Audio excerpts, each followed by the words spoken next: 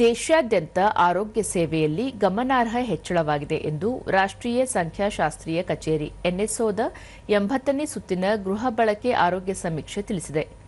ಆರೋಗ್ಯ ಮತ್ತು ಕುಟುಂಬ ಕಲ್ಯಾಣ ಸಚಿವಾಲಯ ಉದ್ದೇಶಿತ ಸರ್ಕಾರಿ ಮಧ್ಯಸ್ಥಿಕೆಗಳು, ಸಾರ್ವಜನಿಕ ಆರೋಗ್ಯ ಸೇವೆಗಳ ವಿಸ್ತರಣೆ ಮತ್ತು ಹೆಚ್ಚಿದ ವಿಮಾ ರಕ್ಷಣೆಯಿಂದ ಇದು ಪ್ರೇರಿತವಾಗಿದೆ. 2025ರಲ್ಲಿ ಆಸ್ಪತ್ರೆಗೆ ದಾಖಲಾದ ಪ್ರಕರಣಗಳಲ್ಲಿ ಸರಾಸರಿ ವೈದ್ಯಕೀಯ ವೆಚ್ಚವು 11,000 ರೂಪಾಯಿಗಳಿಗಿಂತ ಹೆಚ್ಚಿದೆ.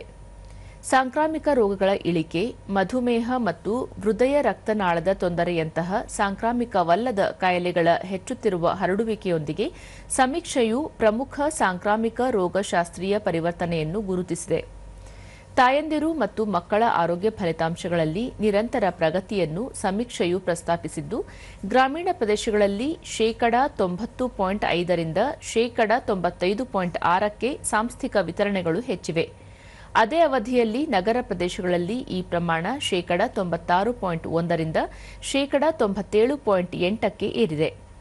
ವರದಿಯ ಪ್ರಕಾರ 2014ರಲ್ಲಿ ಸುಮಾರು 28% ಗ್ರಾಮೀಣ ಜನಸಂಖ್ಯೆಯು ಹೊರ ರೋಗಿಗಳ ಆರೈಕೆಗಾಗಿ ಸಾರ್ವಜನಿಕ ಸೌಲಭ್ಯಗಳನ್ನು ಬಳಸಿಕೊಂಡಿದ್ದರೆ, ಇದು 2025ರಲ್ಲಿ 35%ಕ್ಕೆ ಏರಿದೆ.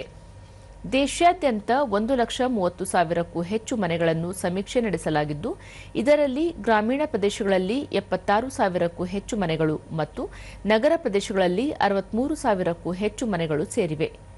ವರ್ಧಿತ ಬಜೆಟ್ ಹಂಚಿಕೆಗಳು ಪ್ರಾಥಮಿಕ, ಮಾಧ್ಯಮಿಕ ಮತ್ತು ತೃತೀಯ ಹಂತಗಳಲ್ಲಿ ಆರೋಗ್ಯ ಮೂಲಸೌಕರ್ಯದ ಗಮನಾರ್ಹ ವಿಸ್ತರಣೆಗೆ ಅವಕಾಶ ಮಾಡಿಕೊಟ್ಟಿವೆ ಎಂದು ಸಮೀಕ್ಷೆ ಹೇಳಿದೆ.